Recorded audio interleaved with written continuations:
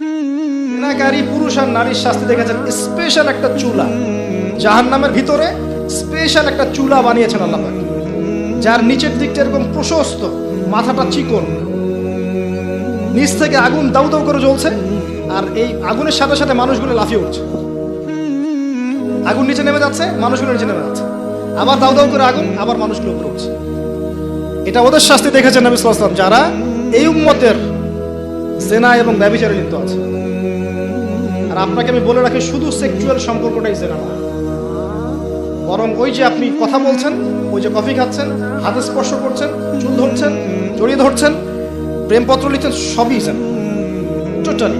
এই প্রতিটা কাজ স্ত্রীর সাথে করলে প্রত্যেকটা কাজের বিনিময়ে নেকি পাবেন, আর এই প্রতিটা কাজ আপনি ওর সাথে করলে আপনি প্রত্যেকটা কাজের বিনিময়ে জাহান্নামের দিকে যাচ্ছেন। শুধু এভাবে স্পর্শ করা, গায়রে মাহরাম মেয়েকে এভাবে স্পর্শ করা, একটা হাদিসে নবীজি বলেছেন মাথার মধ্যে লোহার পেরেক বসানোর চাইতে বেশি জঘন্য কাজ। মানে একবার করে স্পর্শ করার শাস্তি হচ্ছে মাথায় আল্লাহ পাক লোহার পেরেক বসাবে।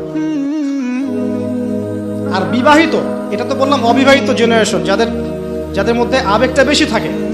আর যারা বিবাহিত দেখবেন ওদের মধ্যেও বিভিন্ন সিরিয়াল দিয়ে, সিনেমা দিয়ে, মুভি দিয়ে, নাটক দিয়ে পরকীয়ার দিকে উস্কানো হচ্ছে। মনে হচ্ছে পরকীয়া একটা স্বাভাবিক বিষয়। আর এখন ম্যাক্সিমাম পরিবারের মধ্যে পরকীয়া ঢুকে গেছে। দেখবেন স্বামী জানেই না স্ত্রী পরকীয়া করছে, স্ত্রীও জানে না স্বামীর কটার সাথে অ্যাফেয়ার। হ্যাঁ, এবং এগুলো করলে কেউ খারাপ বলবে না। আবার এগুলো করলে এবং জেনা করলে কেউ খারাপ বলবে না। খারাপ তখন বলবে যখন আপনি সাহস করে আরেকটা বিয়ে করতে যাবেন। এটা দুনিয়া। এখন আপনি সাহস করে বৈধ একটা বিয়ে করলে মানুষ আপনার দিকে বাঁকা চোখে তাকাবে, চরিত্র খারাপ মনে হয়। কিন্তু বিবাহিত হওয়ার পরেও একটা স্ত্রী নিয়ে আছেন, এদিকে 10টার সাথে পরকীয়া, কোনো সমস্যা নেই।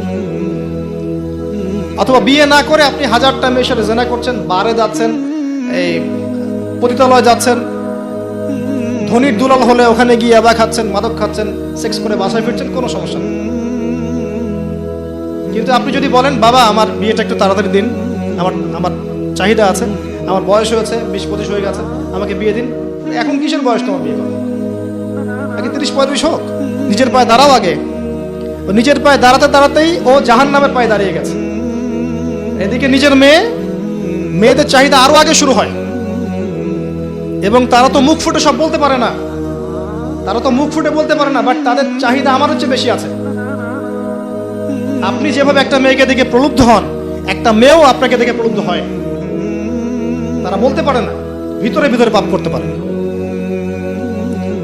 আর ওদের ব্রেনটাকে ওয়াশ করে দিয়ে বিভিন্ন সিরিয়াল দিয়ে, বিউটি কন্টেস্ট দিয়ে, নাটক দিয়ে, মুভিজ দিয়ে, পর্নোগ্রাফি দিয়ে, ছেলেদের সংস্পর্শ দিয়ে আমরা ওদেরকেও জেনা টেনে টেনে আসতে চাই নাই, টেনে হিস্ট্রে জেনার কাছে নিয়ে আসছে।